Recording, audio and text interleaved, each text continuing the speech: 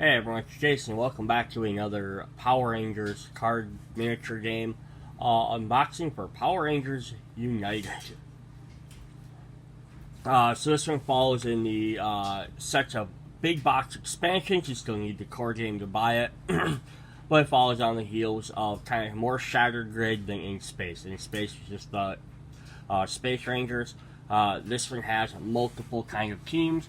So we're going to get the Omega Rangers here, the Beast Morphers, which are one of the newest incarnations of the Rangers, definitely some villains from each group, as well as this giant face. You can kind of see the Solar Ranger.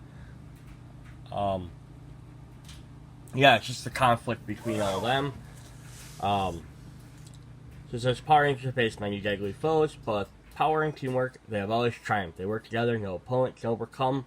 But what happens to the villains combine their power twos. The delusional blue Omega Ranger Kaia believes the Power Rangers must be eradicated for the good of the universe. She is an army of Tronics led by similarly corrupted Ranger avatars of Roxy and Blaze. So those guys are from Beast Morphers. Also contracted two legendary bounty hunters, the practically immortal Darkhanga and the cold and calculating Dane. In order to beat this nightmarish threat, Power Rangers from across the morphing grid must once again unite, led by the Illyrian Solar Ranger, the newest addition to the Beast Morphers, Devin, Ravi, and Zoe, and the Omega Rangers, Jason, Zach, and Trainee, Kaia's former teammates. And yes, that's the Zach, Jason, and Trainee from the original Power Rangers. And we'll get into that when we talk about them. Sorry for the coughing. So then the rulebook here is going to expand upon the Nemesis Enemies, which we saw in Space, as well as they've been slowly integrating them into other boxes. Basically how they work is they take place of a monster in your battle. But then they have their own special deck with their own back and stuff. It's a red card instead of an orange or purple to differentiate it from monsters and bosses. But they have a card that stays out. Their deployment card actually stays out, attaches to the lead ranger or maybe a specific ranger depending on which card it is.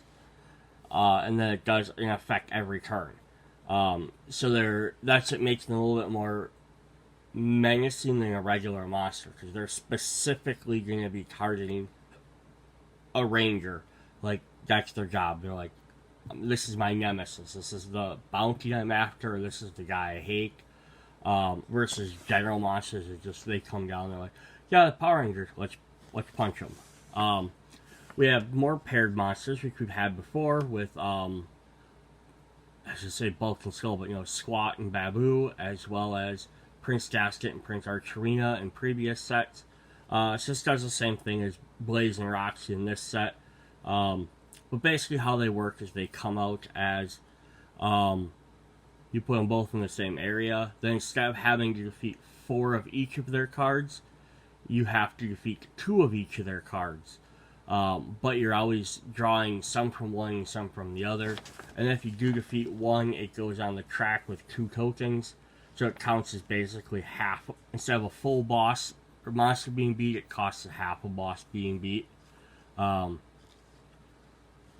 then if you do defeat the one, then the other one will still come out. Yeah, so it's kind of a neat idea. That way, like, you're getting a little bit more mix of monsters. And you can use this concept with any monsters you want. They specifically have a deployment card for the 2 of them. But you could potentially use it for anything. And I believe one of the sets does have a deployment card. It just has like 2 random pictures, so that way you can use it that way. Then the new edition is the same idea as a triple boss threat, which lets you deploy 3 bosses instead of 1. It works for monsters, but it allows your 3 monsters to become 1 boss, essentially. You draw 2 cards for each of them. They don't have to necessarily be 1, 2, 3. It could be 1, 1, 2, 2, 3, 3. It doesn't matter how you want to lay them down. Yeah, just an extra card, and you draw that, and you play your 3 monsters as a boss instead. Just lets you, the concept is to let you add more of a variety to your rangers and your decks, use more of your characters, since we're amassing so many. So, then we're also going to have our new base, which you have the Grid Battle Force HQ. Of course, there's the red side on the other one. So it's going to be used instead of your Command Center or the Solar Rangers one, or any other ones you have. So when you move to the Grid Battle Force HQ, you may immediately perform a free recover action without flipping any action tokens.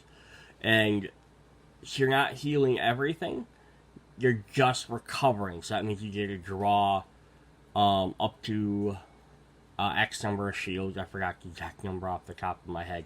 But you don't get to like reshuffle your entire deck. That's a Command Center only, that's powering up. That's a Command Center only thing. Once per battle, any ranger at the Grid Battle Force HQ may perform a weapon transport by revealing their hand. Any other ranger in battle may discard 1 card from their hand to play 1 revealed card as though it were in their hand. If they do, play a card shuffle back in its owner's deck. So what that's kind of neat is if you keep a guy at the base, whether it's whether someone travels back there via some other means like alpha or whatever, or if you just leave someone there in between that battles, you can use their cards. This also works and hinders against the game in some extent, because sometimes, generally it's just to play one battle, then play the next battle. Lots of times people like to try and speed up the game by, okay, you 2 guys do this battle, we'll do this battle, you do that battle, and you'll play simultaneous battles. But here's definitely a way, if you're playing with this, where it might make more sense to do it one at a time. Because I could be like, my guy's already sitting in the HQ, I could just leave him in there. Well, Team 1 does a battle, then if they need to borrow one of my cards, they definitely can. And then same thing, I could borrow one to Team 2. Or after Team 1 battles, one person might go back to the HQ, now they're available to trade cards out for the other battles. But if you do them all at once, you might possibly lose that ability. But that's just a here nor there. Alright, that is what we have for that. Let's look at our 2 locations quick, which are going to go with our minions, and we'll revisit these later if we need to. So we got the Research Lab and the Cyber Dimension. These are both for the Beast Morpher series. And you can tell because there's the little Beast Morphers logo right there. That's the good guy's base, is the Research Lab, and this is the bad guy's base in this Cyber Dimension, which kind of has like a hazy effect on it, which is kind of neat.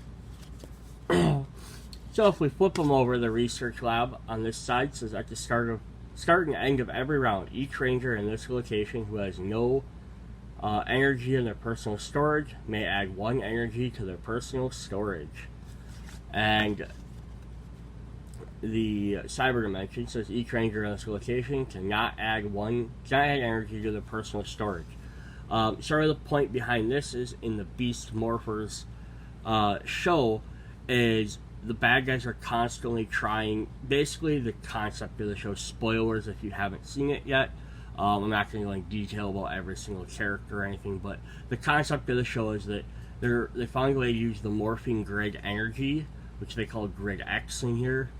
I believe it's Grid X. They use the morphing energy to power stuff. So basically the bad guys are trying to get a hold of as much of it as they can to free the big bad from the Cyber Dimension, and the good guys use it to power various devices and stuff, as well as it let them tap into the morphing grid without having someone like a Zord or someone like that appoint them. Like, they basically created their own rangers by fusing them with animals, and we'll get into that when I look through the character cards. So there's a lot of stuff in the show, and it translates into the cards of the games, the heroes and the enemies for Beast Morphers, about trading energy, transferring energy, because that was a big focus of the show. Alright, so let's jump into the characters. Alright, first up we have Beast Morphers Red Ranger Devin Daniels. They have their little icon up here, which has a GB in it for Great Battle Force. It's also like a set of sunglasses, which walking through the series is like part of their morphing things. As they get done morphing, a pair of sunglasses pop out of their wrist morpher, and it's like the last thing that goes on their visor. And you'll see, if you notice, they'll have kind of like unique, besides their animal print, they'll have a different kind of like sunglass design. So this only features the red, blue, and yellow Rangers. Eventually, towards the end of the middle to the end of the first season, they also add the gold and silver Rangers, which they have not made yet. Well, this is one of the few teams that only generally has, I would say, 3 members, at least for the most part. And then when the other 2 join, they're actually pretty much permanent members. They're in there most of the time. They're not like the regular 6th Ranger that just kind of pops in, but half the time they're like, oh, I gotta go take a trip out of town. And then the other thing with the Beast Morphers is to gain their powers. They were merged with different animals, so he was merged with the cheetah. With the cheetah, which gives him incredible speed. So we'll see that in his abilities. Alright, so his ability is called Quick Wit. Once per battle, when any ranger suffers damage, he may draw 1 card. If you do reduce the damage by that number of shields on that card. So that's definitely a neat idea. So he's protecting his team by letting them, or himself even, reducing damage. But it might be 1, might be 3. It just depends on how you stack the deck. So let's look at his cards, see if any of them work well with that. So we got the 2 copies of Accelerate, a 0-cost maneuver. This is him using his cheetah speed. Any ranger may immediately play 1 card. If that is an attack, add 1 die to that attack. So he's going to let you boost up your attacks, which is a very Red Ranger leader thing to do.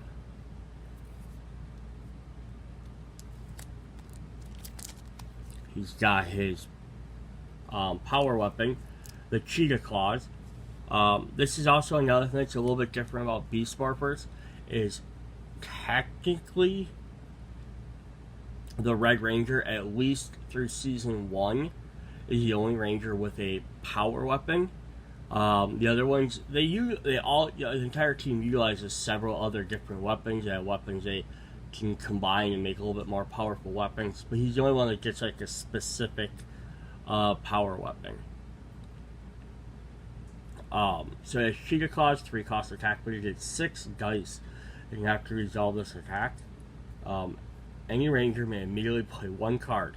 If they do, skip the next turn in battle. So much like his Accelerate, it lets him play another attack right away, or do extra stuff.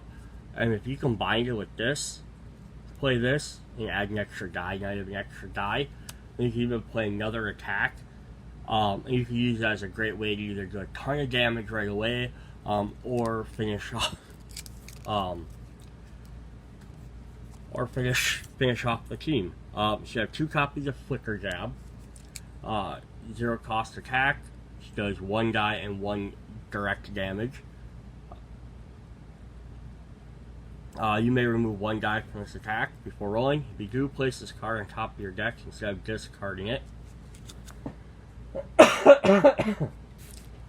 Again, something that works well with his other abilities, because you could add the 1 dice from Accelerate, and then basically you get a free die out of it, or there's other characters that add cards. We have 2 copies of Lightning Reflex. This is all about the speed. 0-cost Reaction. Play this card when any ranger suffers damage. Before revealing any cards for defense, that ranger may look at the top card of their deck and may swap over the card in their hand. Gain 1 energy. So that works with that energy thing, plus you can swap it.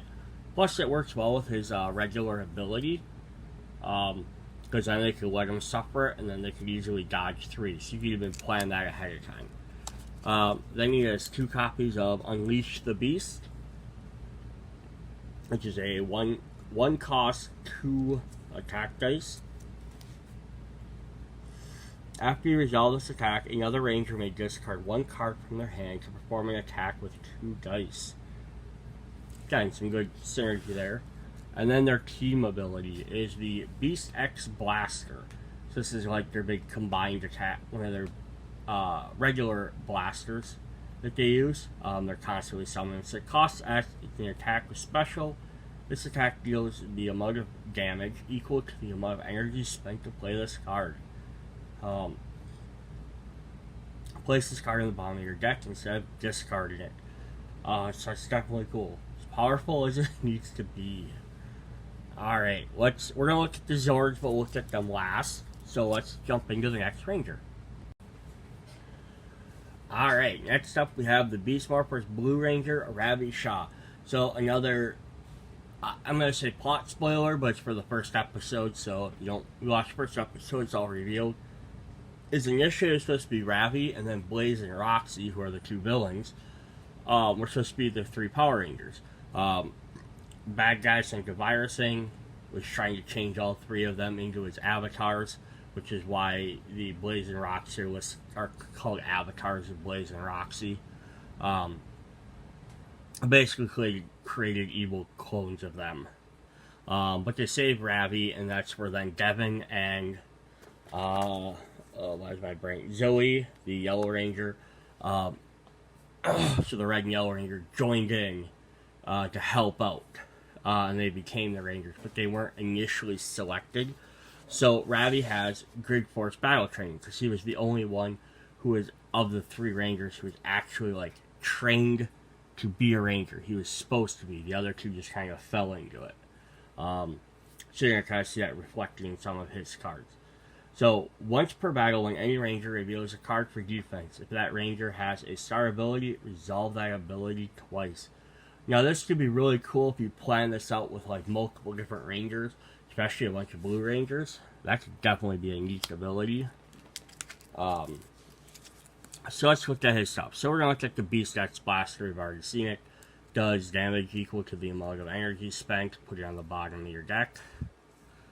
And he's got his Battle Force technique. And there you can see his glasses. So he's got a star ability. So this will work with his Ranger card. Choose one card each from two different Rangers, discard pellets. Place those cards on top of their respective decks. So he's basically setting everyone up again. And then his star ability revealed for defense says when this card is revealed for defense, gain 1 energy. So if he used his ability, you could gain 2. But it's only once per battle. So you kind of got to decide at the time, do I risk it or not? His next one's Gorilla Smash.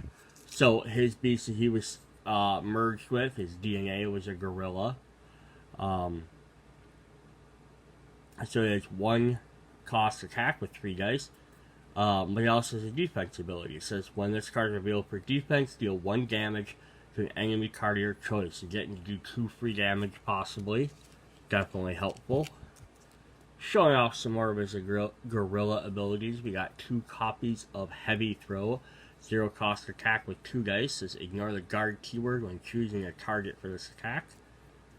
Defense Star. When this card is revealed for defense, 1 other Ranger may draw a card. So you could get potentially 2 different Rangers.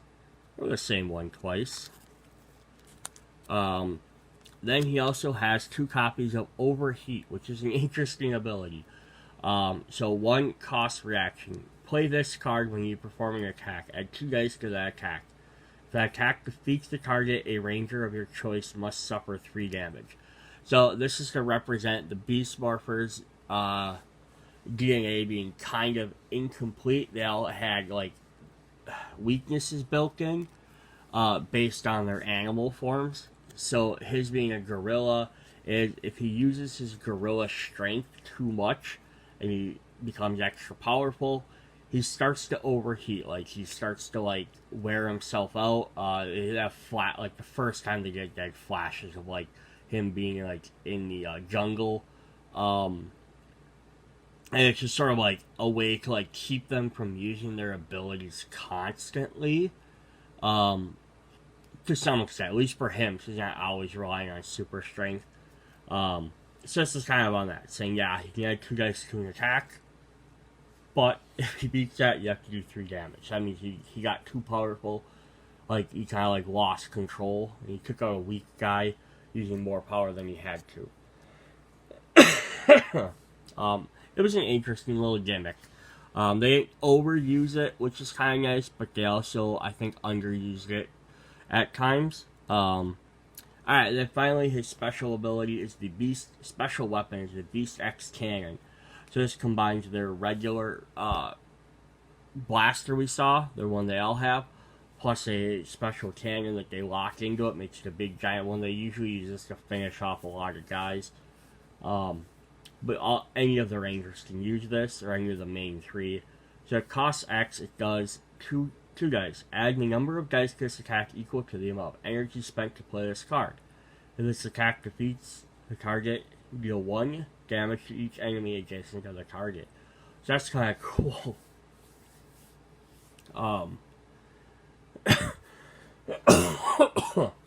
Again, sorry for the coughing. It's the time of year. Yeah, you can basically boost this as many number of dice as you need to do. It's kind of cool. Alright, let's jump into our third Beast Morpher Ranger. We have Zoe Reeves. She was the Bunny Rabbit, or Jack Rabbit.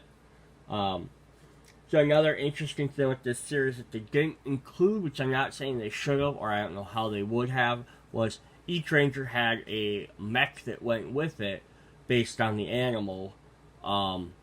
The cheetah, which is usually more like a humanoid form, the gorilla, and the jackrabbit, which sometimes helped them out do different stuff, and they're also the ones that helped pilot their Zords. Like they needed to utilize that. It was sort of their way of getting around how the humans created Power Rangers, was they were forced to use Zords based on their animals. Again, those robots, they each had their own unique personalities and stuff, which is cool. They each had like an episode based around them, but they weren't utilized nearly enough, I don't believe, at least in my opinion. But yeah, they could have each had like one card in here representing that character, but again, they weren't utilized a ton for that to make sense, and they're not really a Zord, so it wouldn't make sense to be a Zord. But maybe if they ever do like updated cards for characters, like you could swap out like one card for another card, that might be something cool they could add in there. Anywho, Zoe Reeves, Yellow Beast Morphers Ranger, Problem Solver. Once per battle, when any Ranger draws a card after the preparation step, gain 1 energy. So that could definitely help. So we're going to start off, we got our Beast X Blaster, we all knew about that. Her power weapon is going to be the Beast X Spin Saber. Again, this is one of them weapons that all three of them can use. They just, the way this show went, they had her focusing on it. Doesn't mean necessarily she uses this more than the cannon or vice versa, but they use these in neat ways, because they can summon these whenever they need them. Adding number of, it's X costs 2 attack dice. Adding number of dice to attack equal to the amount of energy spent by playing this card. So the same as the Beast Cannon. If you spend at least 3, return this card to your hand instead of discarding it. So for the Beast Cannon, for the Blue Ranger, spreads damage around. If you defeat a target, this one lets you potentially reuse it.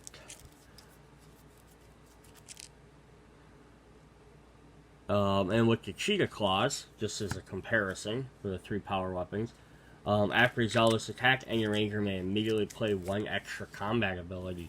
So if you needed to play either one of these, if you could still afford it. Alright, she got 2 copies of Rabbit Punch. 0 cost with 2 dice. After resolve this attack, you may draw 1 card. If you do, you may perform a second attack with 1 die, and plus you could use it with her ability to gain the 1 energy. Her rapid metabolism. So this is her weakness as a bunny rabbit, was if she did too much during battle, like she'd be bouncing around, jump, because she had a super jump as a rabbit, where the Blue Ranger has gorilla strength, Red Ranger has speed. She had super jumping. If she used it too much, she basically burned out her energy supply and she needed to actually eat carrots to keep being able to get up and move around. I didn't talk about the Red Ranger's weakness. His, because it's the stupidest one of all. The other two at least kind of made sense, like animal-wise. You know, it's like a physical weakness. The Red Ranger's was because he's a cheetah, which is a cat. If he sees a dog, he freezes up, and he literally comically like puts his hands up in front of him, like hey, copper freeze, like that type of hands up by his head. It happens, I think, at least 2 times I can think of. One time is the first time they try and show it off as he's fighting fighting in his Zord, and he sees a billboard and he just stops moving. Well, no, it has to be the second time. The first time he saw a dog running by him out while he's fighting monsters, and he stopped. The second time was in his Zord, and the third time was a later episode when one of the other Rangers got a dog, and he was just sitting there getting his face licked and the guy's like, "Oh, that's right, I forgot you get frozen." And that's the only 3 times I think they used it, because it's a really stupid weakness, because a cheetah would not be scared of a dog. Anyhow, I digress. So I'm glad they didn't include that weakness in there. Like, oh, he sees Shadow Ranger Nubus Kruger and he can't attack. So it says rapid metabolism, 0 cost reaction. Play this card when an enemy drains or deals damage. Prevent up to 3 drain and gain 1 energy. So this is kind of a unique card because when they're fighting Blaze and Roxy, there's going to be a lot of draining. Other ones, it might not happen as much. So the worst this card's going to do is you're going to take either draining or damage. You're going to gain 1 energy out of it. But you can prevent up to 3 drain. That's super helpful. Next ability card is the Tornado Takedown. She has 2 copies of that. 1 cost attack. She's using that sword again. 3 dice. If this attack defeats the target, place this card on top of your deck instead of discarding it. Another ranger may draw a card. So she gets that card drawing, plus she gets to reuse an attack. And then our final one is Backflip, which is an X cost reaction. Play this card when any ranger suffers damage. Reduce that damage by twice the amount of energy spent to play this card, then gain 1 energy. That is definitely cool, because anyone can dodge, not just her.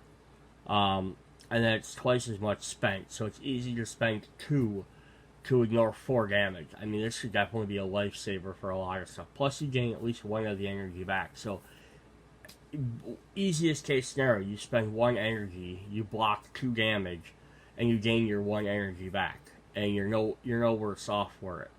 Awesome. So that is our 3 rangers. Let's look at their Zords. Alright, so the Red Ranger is going to get the Racer Zord, which is a very interesting Zord. So all these Zords in the show actually have 2 forms. They have the, like, kind of more like regular, they have a couple forms actually. They usually have like a regular, more like battle form, and then they have like a vehicle form. So the Racer Zord starts off as a race car, and then generally turns into its like basically battle Zord form, which you see here. It can also turn into like more of a cheetah form, but it doesn't do that nearly as much. It prefers to go into like the battle mode, which is basically like a mini Megazord. But it says, exhaust this card at the start of the battle, roll 2 dice, deal that much damage to an enemy card of your choice. So potentially 0, possibly up to 4. Not bad. The Wheeler Zord, which is vehicle form, is like a dumpster or cargo trailer. Turns into like this gorilla form. So this is the Blue Ranger. Says exhaust this card at any time. Move up to 2 foot soldier figures from any location to an outer location of your choice. That's definitely helpful. Just to be able to move some guys around. that way, or if you have something that does like X damage to this, or if there's just less area, or you have more people in one area. Just a neat ability. And then finally we have the Chopper Zord, which is a jackrabbit. Oh. But it's called Chopper because it turns into a helicopter. It's its alternate form. Exhaust this card to allow any ranger to shuffle their hand into their deck. That ranger draws up to 5 cards. That's incredibly powerful, because if they have 1 card in their hand, they can shuffle that in. They can redraw 5 cards. Yes, if they're only shuffling 1 in there, they're not going to have a lot. But if they have, maybe they're looking for a specific ability. 5 cards is half your deck, so it definitely lets you pull exactly what you're going to need. Downside is you have to have more than 5 cards in your deck, because if you ever draw out, you're dead. And then finally is we have the Megazord, and this is the Megazord for the set for this box. So it's the Beast X Megazord. At the start of each battle, place 3 energy tokens on this card, maximum of 3. Any ranger may remove 1 energy token from this to play 1 card from the discard pile as if though it were their hand. If they do, reduce its cost by 1. That's pretty cool. Be able to reuse any card you need, especially at 1 less cost. I'm assuming for X abilities, you'd have to state, like, I'm going to pay, like, I'm going to assume that if you have 5 energy, you'd have to say I'm spending 5 energy, and then now it only costs 4. I don't think you could say I'm going to spend 6 because you don't have 6 energy and then reduce it by 1. I'm not sure. You might be able to do it that way, because you might be able to, because I think the thing is, if the ability normally costs 3, you could say, well, it's 3, now it only costs 2. So I think you have to establish the amount first before you can say it. Like, you can't opt to pay 6, then if something canceled this, you wouldn't have 6 energy, is what I'm saying. At least that's how I would interpret it. Alright, but that's definitely a neat ability. Alright, so that's the end of our Beast Morphers. Let's jump into some Omega Rangers. Alright, before we do that, I forgot to show off the Beast Morphers. So here's our Red Ranger. He has cheetah claws. You see his sunglasses on there. Yeah, they got some interesting uniforms. Our Yellow Ranger with her saber.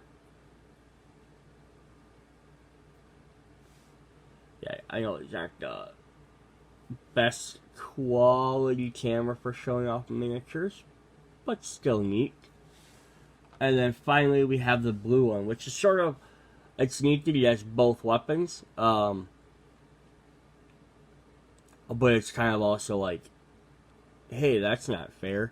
But he actually has a different blade. He has one that just kind of like folds out like a switchblade. And it's kind of like there's one of their standard blades, where she has the Spin X Saber. You can see there's a difference, like the hilt and stuff. So this is like the more powerful blade. This is just like their standard blade, and that's like his standard gun. That's the Beast X Beast X Blaster. But yeah, that's definitely neat. Alright, so let's jump into the Omega Ranger. So let's just first look at the red one, as I got my stand out of the way. So he's got a giant sword. They got kind of a unique design to them. You can see more when they get into colored pictures. But they're more standard. So, the deal with the Omega Rangers is, during the original TV series, the original Mighty Morphin Power Rangers, Jason Lee Scott, Zach Taylor, and Trainee Claw, Red, Black, and Yellow Rangers, at one point left to go to a global convention. Basically, they thought their energies and time could be more useful trying to fix fix the world by going to like convention, like conferences and talking about the problems of the world versus just being a Power Ranger. And that's when they gave away their Morphers to Adam, Rocky, and Aisha, the Yellow Ranger. And that was like the first transition of the original Rangers over to like the secondary Rangers, which became the Zeo Rangers. So then now, flash forward years later in the comic books, the IDW comic books, we find out these three Rangers, after their conference or whatever, they actually got drafted into space to become the Omega Rangers. And I don't remember the exact origins of how or why it happened. I don't know if I've read that. I've read the later stuff with them. I don't know if I've read the origin, though. But that's basically what happened. Is they became Rangers in space, but they didn't, for the longest time, they didn't tell their other Rangers, the rest of the team, that they were in space and doing this, and they're off doing their own thing. And they didn't find out until they had to go back to Earth, because there was this big giant threat that was happening, and one of the things mentioned was Dakin.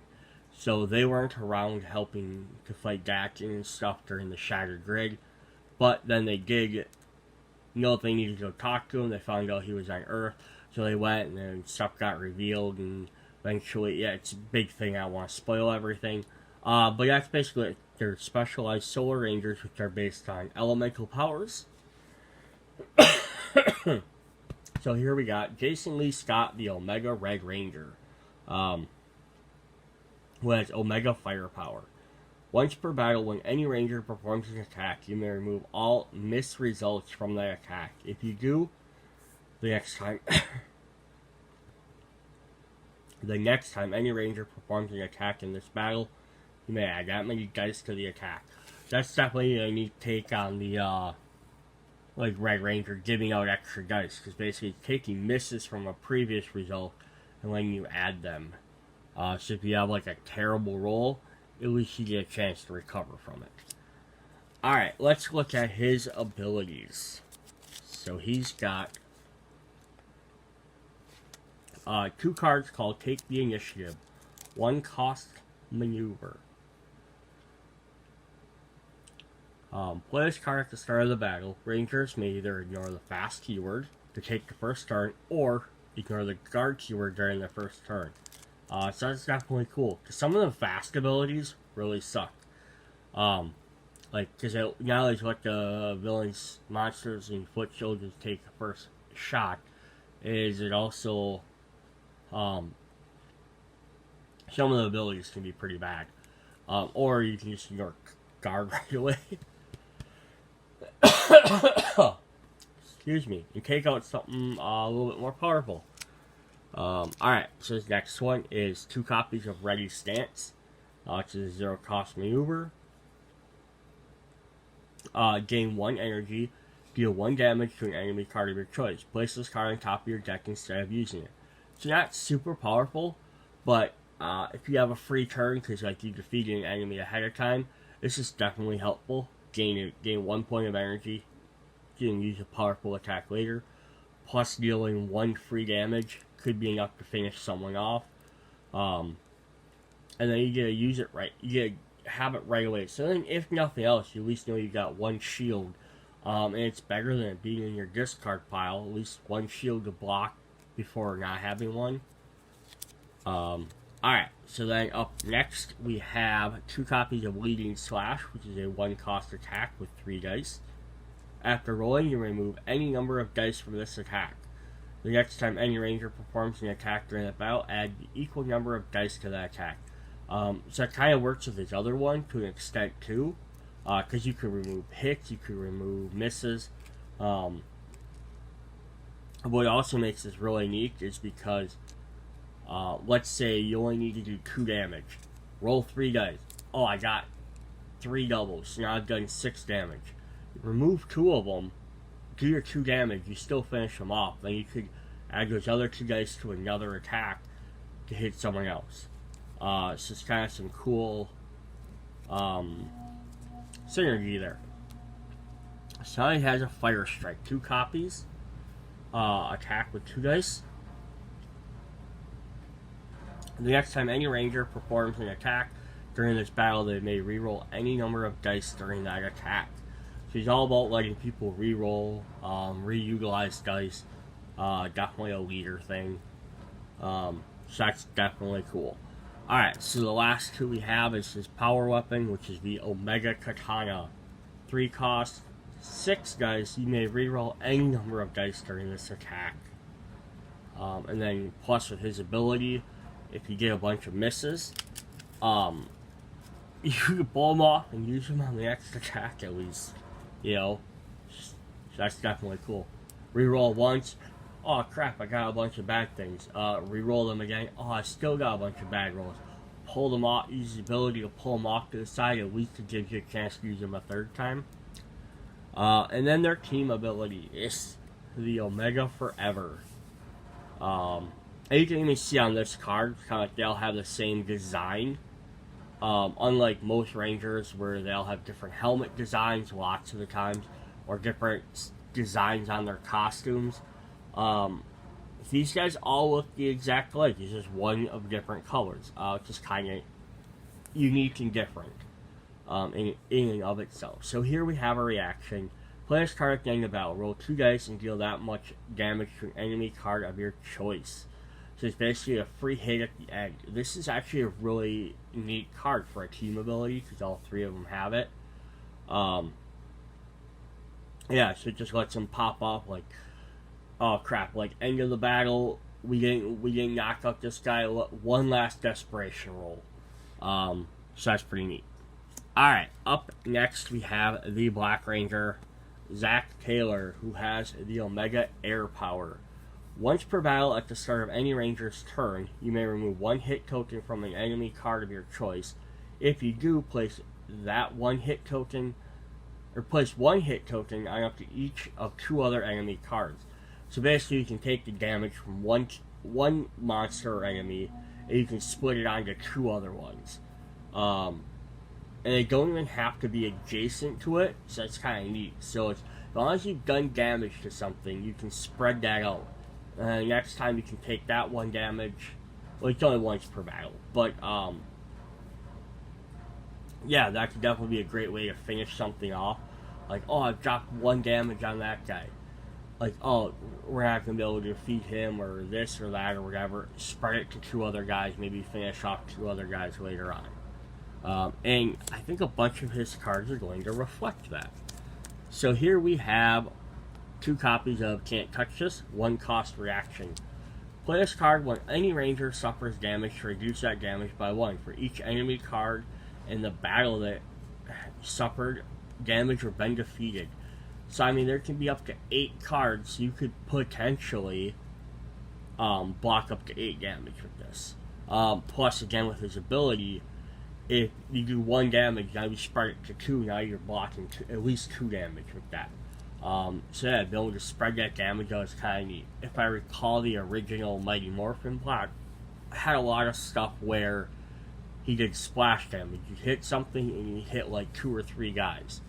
Like the adjacent guy to the left or right or both. So this is kind of a good play on that. It'll be interesting. Sometime I'll have to go through and like compare some of these characters like that. Do an actual video of that. But yeah, that'd be, I think that's kind of thing is he went from doing splash damage to basically be able to like redirect damage. So with that, we also have Air Slash, 1 cost attack with 3 dice. You may remove up to 2 dice from this attack before rolling. For each dice you remove, deal 1 damage to an enemy that has not suffered any damage. So it's kind of an interesting gamble because you could potentially roll 2 damage, but you might only roll 1, which is a better odds, or you could roll a 0. So rather than maybe risking rolling bad or getting only a 1, you could just guarantee it. Plus, the fact is you can put that extra damage point wherever you want. So you could target this guy and you could be like, you know what, I don't know if I'm going to beat him or not, I'm going to remove one die, I'm going to send 1 damage to that guy over there. But again, it works good with that last ability of preventing damage, because you spread more damage out, or his other ability to move it. The only thing is, with that, the only thing that starts to happen with his cards is, they work with stuff that doesn't have damage. So they're like that. So it's like everything has at least 1 point of damage, and this card's not as useful. But it's still a 3-cost attack, or 3 dice attack, so it's not bad. We have 2 copies of Fake Out, which is 0-cost attack for 1 die. So it's add 1 die to this attack for each enemy card adjacent to the target has suffered damage or been defeated. So again, spreading this damage out to make this attack even more powerful. It's not too much more to go into that. 2 copies of Tricky Mix-Up, 0-cost reaction.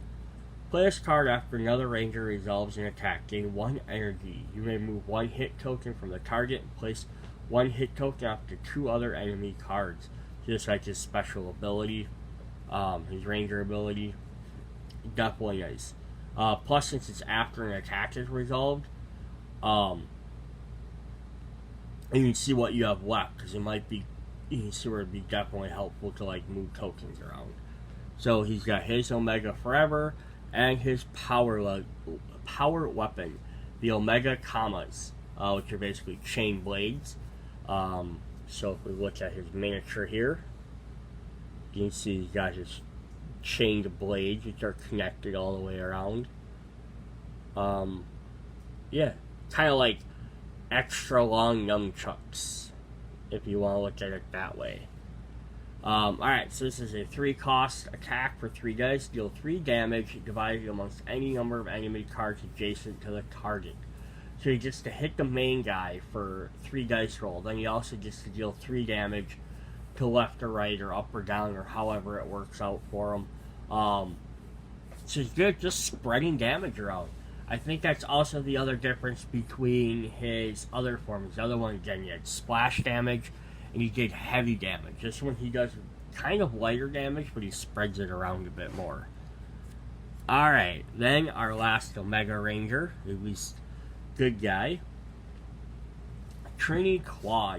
So she's got a giant hammer, which is definitely going to be a different thing than the daggers that she had in the original. So like Red Ranger Jason had his power sword, now has a katana, so it's still a sword. Zach went from an axe, which he also worked as a cannon at times, but he has an axe. He went to an axe to 2 smaller bladed weapons, so it's at least somewhat similar. Trinity's going completely from 2 tiny melee weapons to 1 giant melee weapon, so we're going to see how that works for her.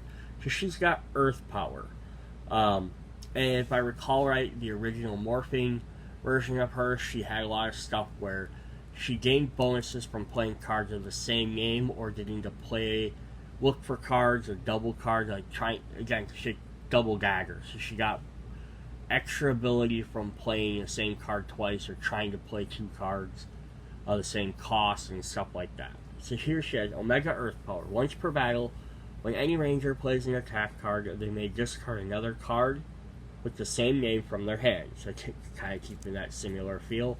If they do, add 2 dice to that attack. So basically, rather than doing gaining a bonus for playing the same, trying to play 2 cards of the same name, or anything like that, doubling up the attack, she basically just got, I can play the same one twice to gain it more powerful. Not going to work with the power weapons, unfortunately, but that's fine. So that's what she can do with that ability. She has 2 copies of Avalanche Swing, 1-cost attack that does 2 damage plus 1 guaranteed hit. If you discard this card from your hand without playing it, such as her ability, you may spend 1 energy of your choice, and spend 1 energy to deal 1 damage to an enemy of your choice. So, to synergize that, you play an attack card, you may discard another of the same name. If you do that, 2 dice to the attack. So if you discard the second Avalanche Swing, now you are doing 4 dice damage, 1 guaranteed damage, Plus, you're going to deal 1 damage to an enemy of your choice. So that's kind of cool. So you're going to guarantee 2 extra damage to whoever, plus 4 dice. So that can become actually pretty powerful. She got 2 copies of Earth Smash. 2 dice attack. After you resolve this attack, you may choose your cards with a total of up to 2 shields from your discard pile. Place them on the bottom of your deck in any order. A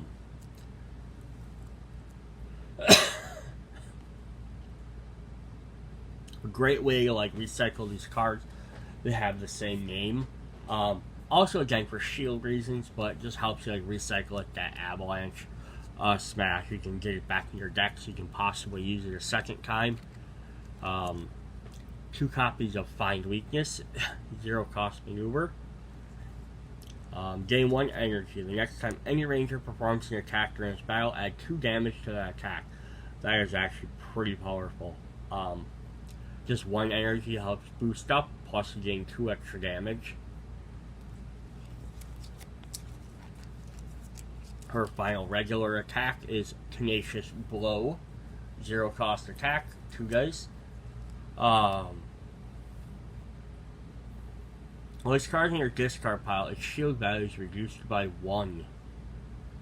And that's to help you pull that 1 and 2 shields out. Lets you pull out maybe more of them because they only cost 1. Omega Forever. And her final one is the Omega Maul.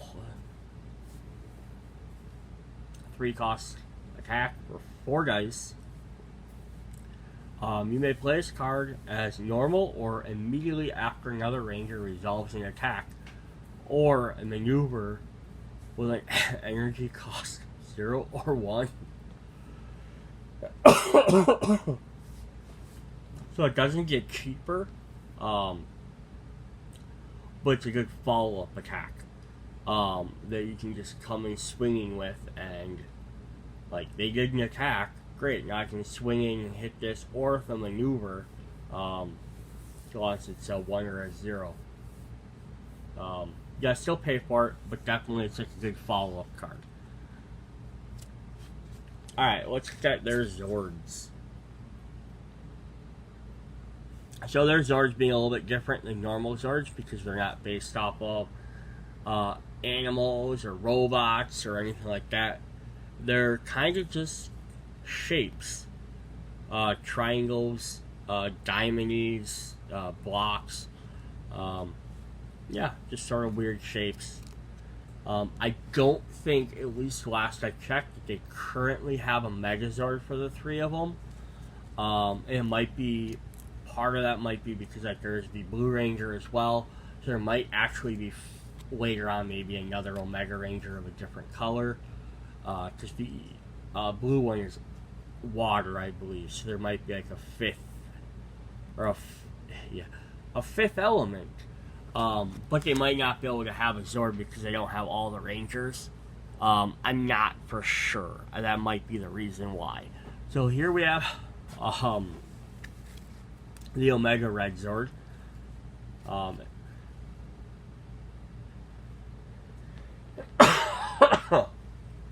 Exhaust this card when any ranger performs an attack.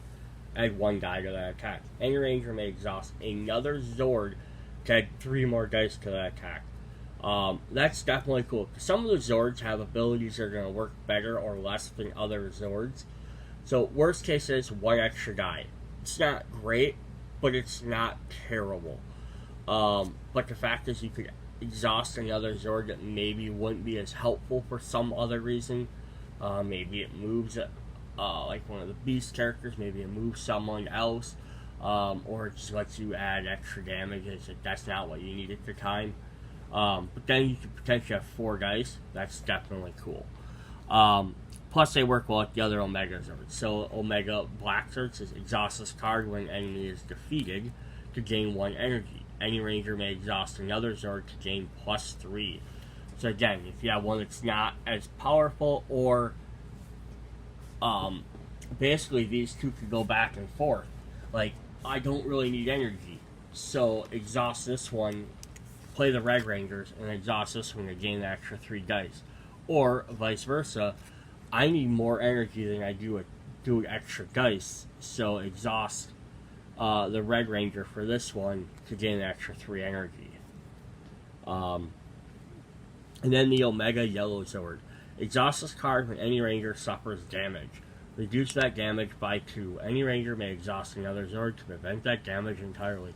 This one's even more powerful because some of them attacks, you might get hit with something that could do 5, 6, 7, 8 damage. 2 is great, but to potentially just ignore all of it could basically be the difference between winning or losing the game. Alright, so we got one more Ranger to go, so let's check out the Solar Ranger.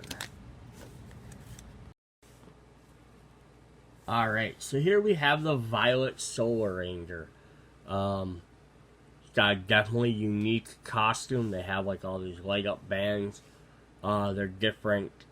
The belt's kind of neat, different weapon. So I am not super familiar with the Solar Rangers, but I know kind of the basic story. Just finds out why I don't even like the spoilers. But basically, after the Shattered Grid storyline, where all these different Rangers from all these different timelines were kind of split and scattered, they found something or other. I don't remember exactly how, but they became the Solar Rangers. Like Solar Ranger Red, Yellow, Blue, Black, so on and so forth. I think there's 7 of them. I might be wrong on that number. But what it is it's all these different Rangers from all these different universes. Such as the Pink Ranger is the Rebel Ranger Slayer. I'll see if they have maybe a picture of all of them on here. Yeah, so like this card here, we have like the red, there's a yellow, there's a black. You can see all they're different. There's the pink one back there. They're different Rangers from different universes. I don't remember what they all are. I believe the black one is the Magna Defender. The pink one, it says, is the Pink Rebel Ranger Slayer. They have the green one, which I think is Tam, who's the Samurai Ranger. Most of the Rangers have been released in other versions. So whether they're going to actually re-release them all as Solar Rangers anytime soon or not, I'm not sure. This is the only one that's completely unique, who didn't belong to any other thing before. So that's kind of a little brief history of the Solar Rangers. So here we have Ellerine, the Violet Solar Ranger. She says, a light in the darkness. Once per battle, when you would add energy from your personal storage to the shared pool, gain 1 energy. So at least once per battle, you may as well add 1 in there. And you gain 1 energy back. Yeah, she's like the de facto leader of the group. Because she kind of helped. She got the first one, and then later the rest came. She has 2 copies of Desperate Measures. 0 cost attack with 2 dice. If there's no energy in the shared energy pool, add 1 damage to this attack. So she gains a bonus if there's no shared energy. So she kind of wants to use the shared energy. And then you can use your ability to spend all your energy in the shared pool, play this, gain 1 damage, and then you can use your ability to move your pool back to the shared one, and then you can gain 1 back, so you can kind of recycle your energy, which is really cool. 2 copies of Nova Flare.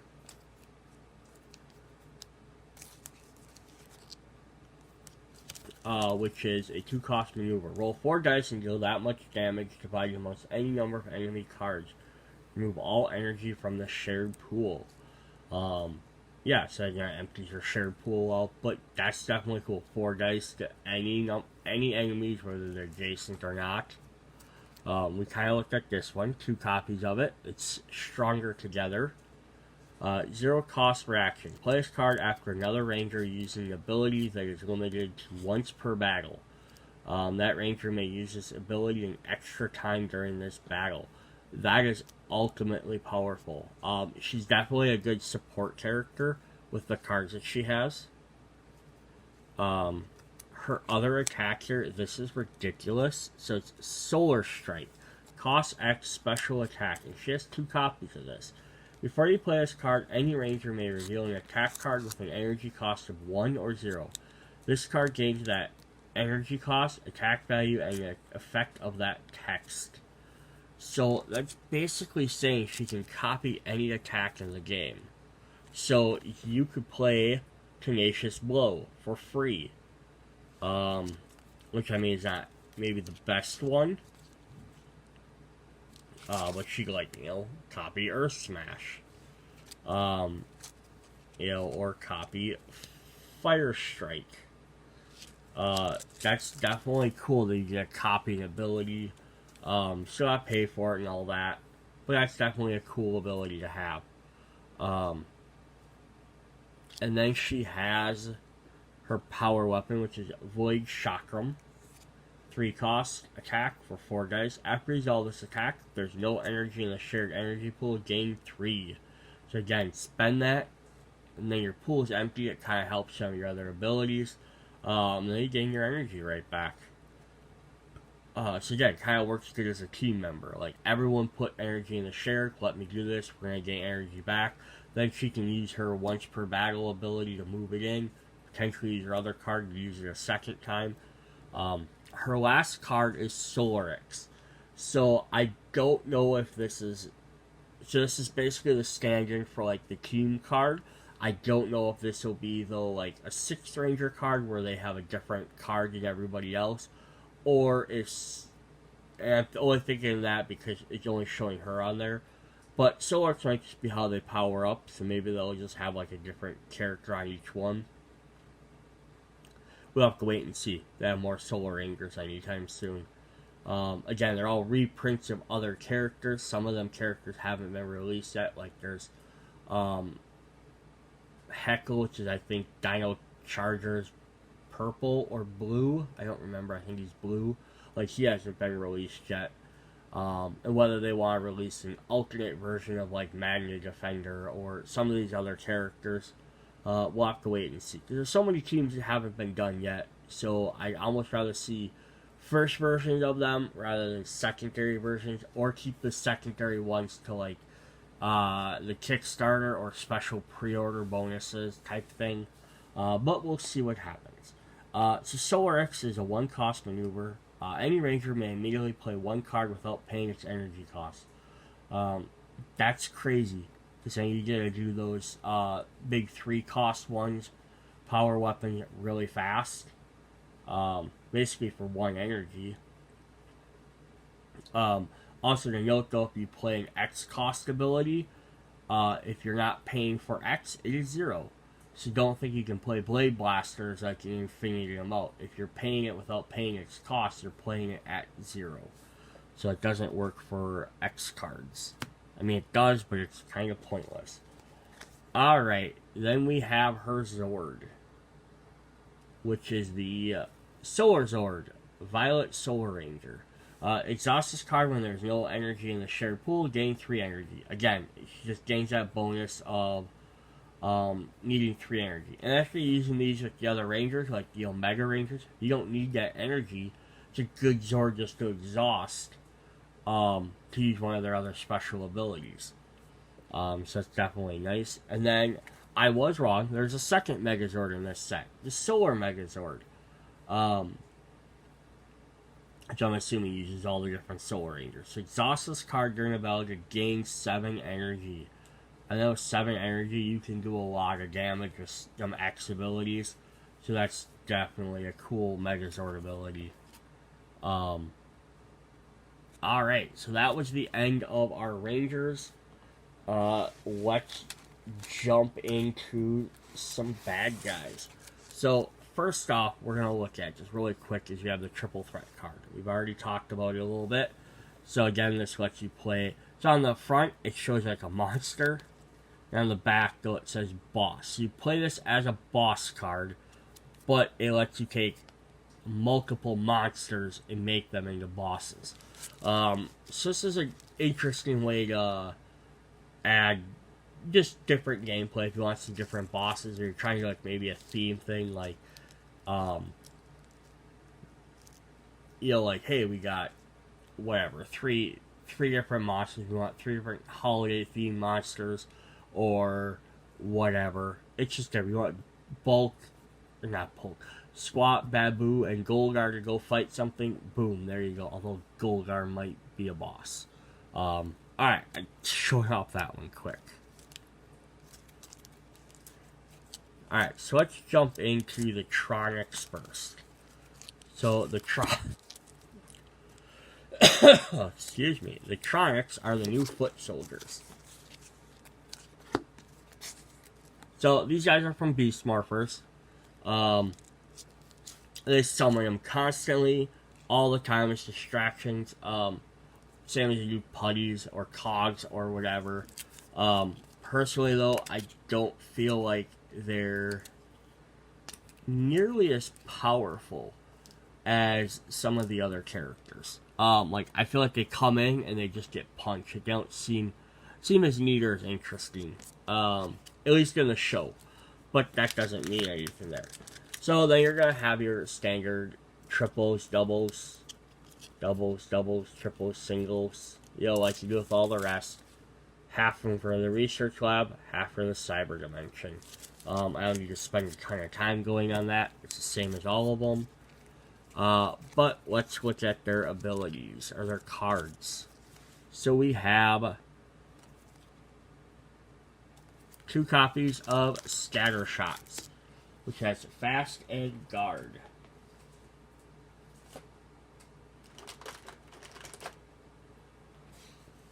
And by the way, here's what one of them look like. These little, like, energy blade / daggers.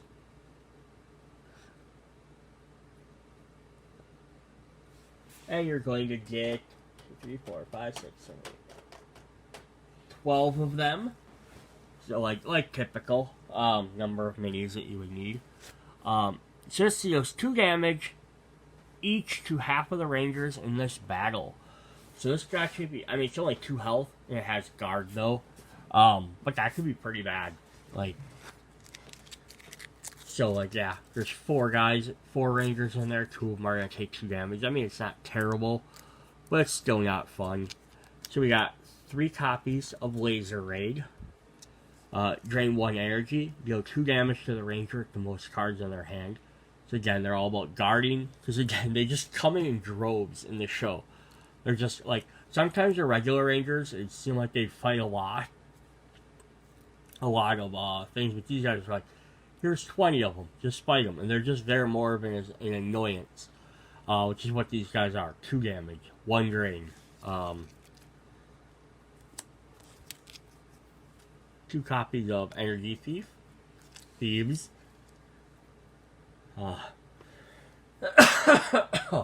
excuse me. So 2 health passive. When this card is played, each time an adjacent enemy card resolves, drain 1 damage. When this card resolves, drain 1 damage. Again, these are all about draining energy. And then 3 copies of Cyber Slash. 3 health, fast, deal 3 damage, unless the Ranger discards 1 card from their hand to prevent it. Which 1 card could be better than taking 3 damage, because depending on how it's set up, you could potentially lose up to 3 cards. More likely 2. It just might depend on what you're doing. So there are our Tronics. Up next for Beast Morphers is we're going to have Roxy and Blaze. We're supposed to originally be the Red Ranger and Yellow Ranger, respectively. But they got transformed into evil avatar versions. So here you can see the evil Red.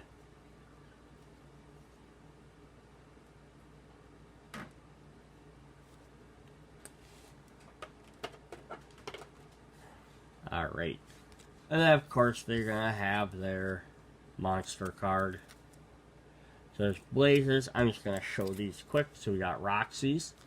And then we have the double ones, if you want to use both at the same time.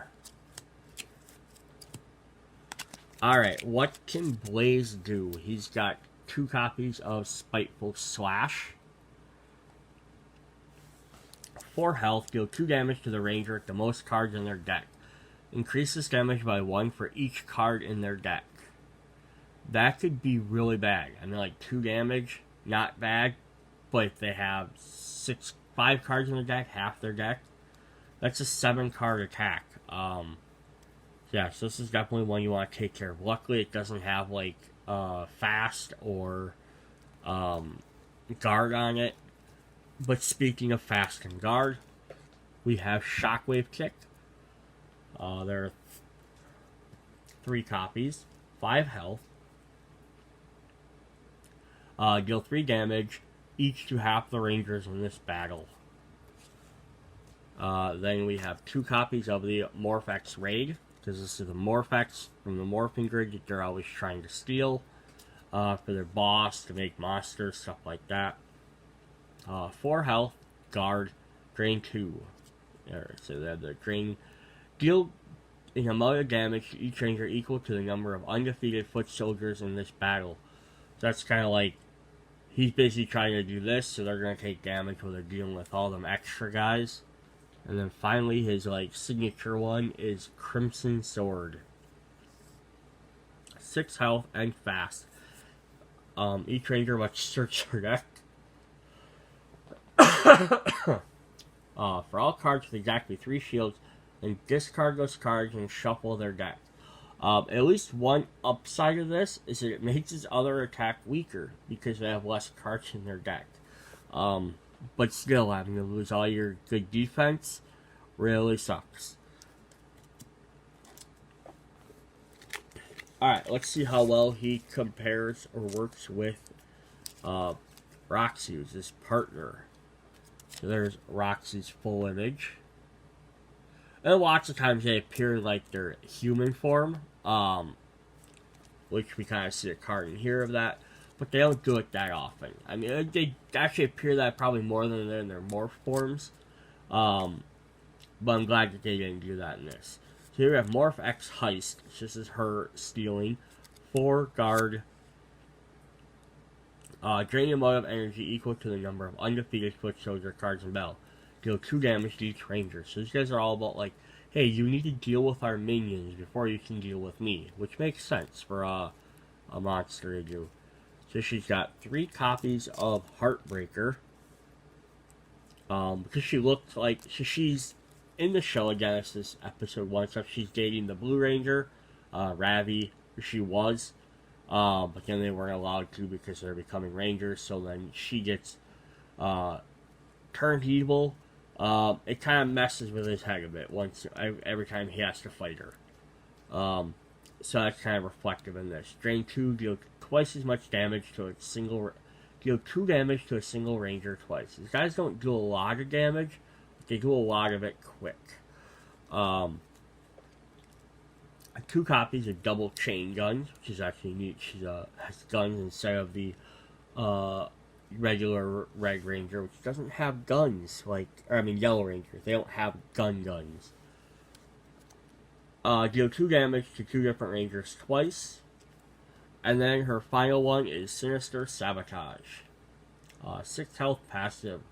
Well, this card is in play each time one or more one or more energy is drained. One ranger must discard the bottom card of their deck. And they drain a lot, especially her, she drains a lot of energy. So that could definitely suck, because it basically makes you weaker. Alright, so that is our monsters. We have one more monster to go through. Alright, up next for our monsters, we have Darkhanga, who is, interestingly enough, he's actually a villain of the Space Rangers, which is the last big box set. So it's kind of neat that he's in here, because then we get another monster that goes with them, those Rangers, as well as this one kind of makes sense, because the Omega Rangers and the Solar Rangers are all out in outer space doing stuff, so it kind of makes sense to have another space-faring character. So So there is his sculpt right there. He's got a lot of detail on him, all them bandages and chains. He just looks evil. But yeah, another interesting monster. I mean, it doesn't theme 100% with these characters. Like, he's not part of one of their villains. But that's because the Omega Rangers don't get a proper 100. Don't get a bunch of villains in here necessarily. Is because they don't have a lot of established characters.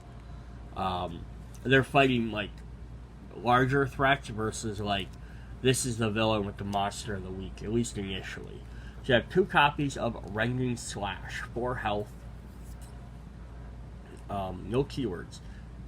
2 Rangers who do not have at least 9 shields total on their discard pile must each discard card from their hand or the top of their deck until they do. Ooh, that could be bad.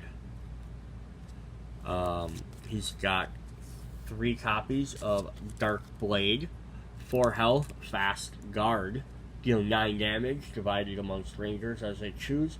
This cannot be reduced. Oh boy. I mean, at least you can divide it amongst, you just can't reduce it.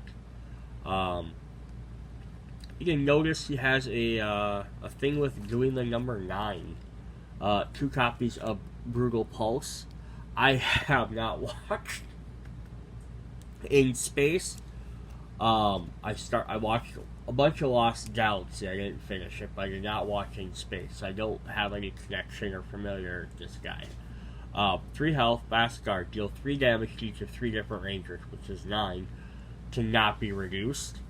And then finally, he has 9 lives, which is 9 health. Passive, while this card is in play, all damage dealt to adjacent Darkhanga cards is dealt to this card instead. Remove, at the end of each enemy turn, remove 1 hit card from this token. Or hit token from this card, sorry. That's incredibly abusive, because that means anyone that's next to him is immediately, it's going to be harder to take out. You have to basically take out this one first, so it's kind of like a mean guard. But then it also heals. I like the fact that it's only 1 each time versus like Bones or whatever, who has like regeneration, which end of the when it's activates, it just heals everything. Because that's like, it's not worth attacking unless I know I can do that damage in like 1 or 2 turns. Alright, there's Darkhanga. So, before we look at the boss, let's look at our Nemesis. So, our Nemesis cards now have the Psycho Rangers on the back. Just because they were the first Nemesis. This is the first one outside of them. And it's going to be Dane, who is an enemy of the, I believe, the Omega Rangers. He is a bounty hunter who uses energy type whips. He's also a dog who's the same species as Anubis Kruger from SPD, the Shadow Ranger. But yeah, so he's Nemesis. So he's going to have his activation card. So it says each time an enemy card with the passive keyword resolves, deal 3 damage to the attached ranger. Then attach this card to any other ranger in this battle. So it starts off attacking the lead ranger, and then basically he's going to keep moving around. So every time one activates, he's going to deal 3 damage, and that's going to move to another guy. So it's kind of interesting. So here's his 2 copies of Plasma Whip, 4 health, guard, and passive. So I'll activate his ability. Well, this card is in play.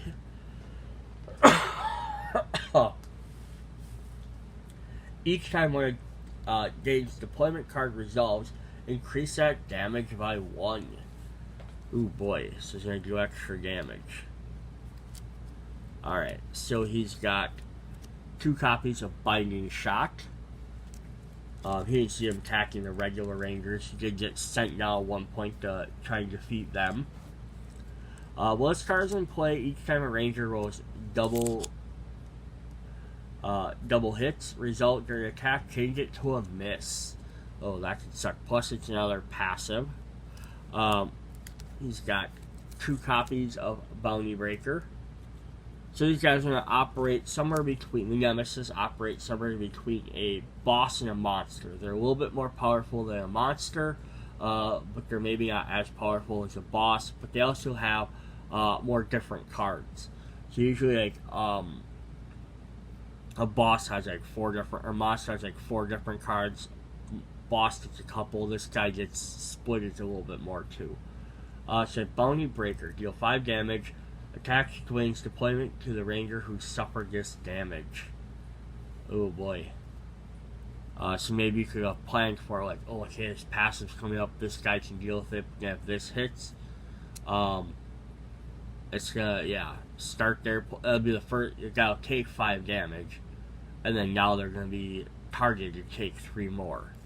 So you have Isolate Prey, fast passive 4 health.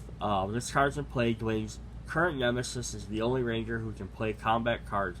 This card resolve, deal 3 damage to each ranger. So you have to deal with this one quick, otherwise, yeah, he's the only one that can be, you can only use 1 ranger at a time, which really sucks.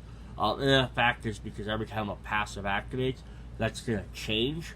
So it's, you can kind of dictate who gets to play, but it still leaves you stuck with 1 person playing unless you wait until that card activates. And then his final one is just as planned, 5 health, guard, passive. So how about one of his have passive? Well, his cards in play, rangers cannot place hit tokens on gain. Cards that have not yet resolved. So that's even worse, because now you have to wait for them to resolve to do damage. Including this one. So that sucks. He's an abusive Nemesis. Alright, up last, our final set of cards is Kaia or Kaia, who is our boss. So that's the other thing they're kind of starting to do, is add these Nemesis or Nemesis in there. Instead of having 2 bosses, you have 1 boss, 1 Nemesis. Because it gives you a little bit more variety. So she was the blue Omega Ranger. And then I think she actually may have been the first of the 4. Or she came later. I don't remember. But basically, what I do recall is she got the power to try, and she's trying to stop basically whoever was attacking her home world or whatever. And then the power just went to her head. And she's kind of sort of like, rather than stopping here and just like winning this, why don't we go destroy these guys? So basically she just let the power corrupt her. Currently in the comics, they have defeated her. She is no longer the Blue Ranger. There's a different Blue Omega Ranger who I'm not going to talk about for spoiler reasons. It would be interesting to see if we get that character at some point as the hero. Although it would also be kind of neat to get her as well, because she did have a good long while as the Blue Omega Ranger. So it'd be kind of neat to have her as well, but the new one would be interesting too. So Anointed Strike. 4 health, fast guard, drain 1 energy. Roll 4 dice, deal that much damage to half of each of the rangers rounded up. Then she's got 2 copies of Deep Scars. 5 health, passive. While this card is in play, at the end of each ranger's turn, roll a number of dice equal to twice the number of defeated Kaia cards in this battle and deal that much damage to each ranger.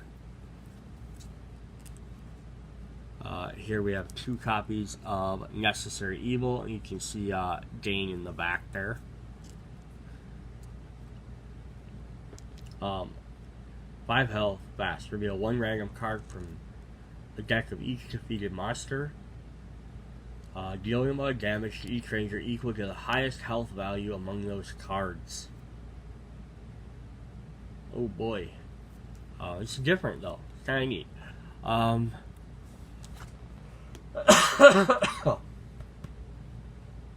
One copy of Grim Conviction, 7 health, guard passive. While this card is in play, each time Kaia rolls a missed result, one ranger must discard the top of their deck. So that sucks because you get hurt even if you don't get hurt. And then finally, she has her power weapon, which is the Omega Trident. 6 health, fast, drain 3 energy. Roll 6 dice and deal that much damage to the lead ranger. Oh boy, yeah, that's a lot of damage. Plus you drain 3 energy, so you can't play cards. Alright. That is what we have for Power Rangers, United Rangers. They're using the new logo, by the way. So you'll see that logo more often. Alright, long video because it's a big box. Check out the rest of the videos, some smaller ones. Hopefully I can get some more comparisons between older characters and stuff like that done too. See you guys in the next video. Bye.